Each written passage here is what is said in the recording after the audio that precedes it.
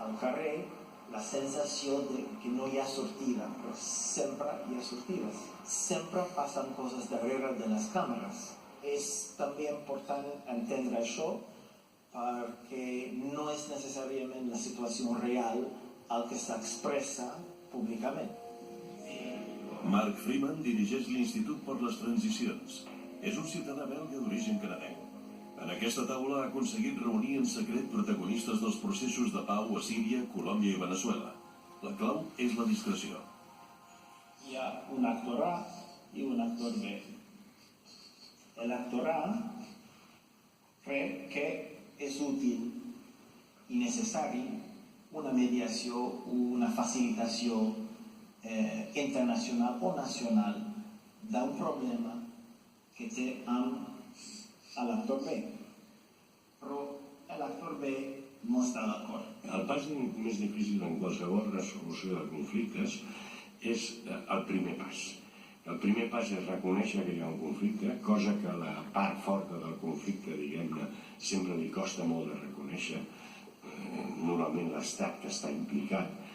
Per què? Perquè és donar veu a l'altre, és reconèixer que l'altre és un actor polític també, i que per tant és establir una relació en certa mesura bilateral. El crisi que existeix entre l'A i el B té un impacte fora del país i pot ser també que unes aliances, països, institucions o altres actors que tenen molta influència amb l'actor B comencen a proposar o a pressionar el B. Jo penso que alguns líders europeus ja ho han intentat cursar. És a dir, no públicament, això de moment no sortirà, no hi haurà una declaració europea. En general, arriben les ofertes des de fora quan hi ha crisi. En aquell moment hi ha com una pluja d'ofertes normalment. Les imatges de l'1 d'octubre van donar la volta al món. Es va mediatitzar i va ser llavors quan van arribar les primeres ofertes públiques de mediació. Qui pour jouer le rôle possible de médiateur en Espagne? Selon nos informations, le département fédéral des affaires étrangères nous a confirmé que les autorités suisses sont en contact avec les deux parties. Suïssa i Bèlgica fan un pas endavant.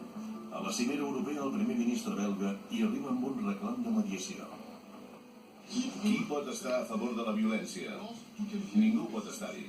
Com a ciutadà europeu, crec que en qualsevol cas, el primer que cal fer és dialogar políticament per solucionar una crisi política.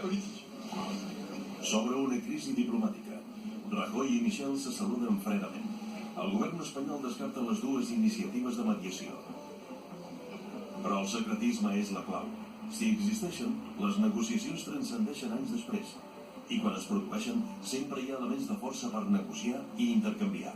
L'existència d'amenaces judicials o que hi ha protestes, això té un impacte i una influència en la dinàmica d'una negociació.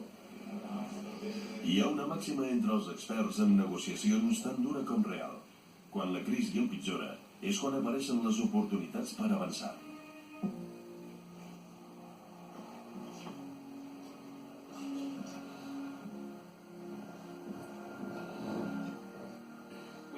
Breaking news from Spain, where two Catalan separatist leaders have been detained, accused of organising Catalonia's referendum, which Madrid deems illegal.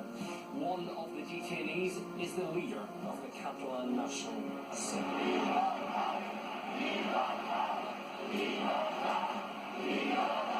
Jordi Sánchez no ha comès cap delicte. Jordi Cuixart no ha comès cap delicte. Si els empresonen, ens empresonen a tots.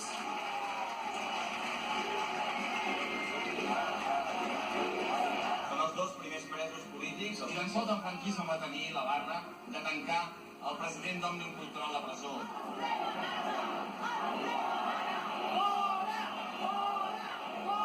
Podria fer 5 minuts de silenci.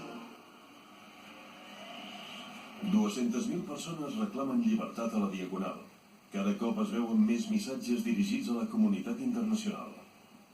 Aquesta democràcia que avui està en perill a Catalunya també està en perill arreu de l'Estat. I si està en perill a Catalunya vol dir que també està en perill a Europa.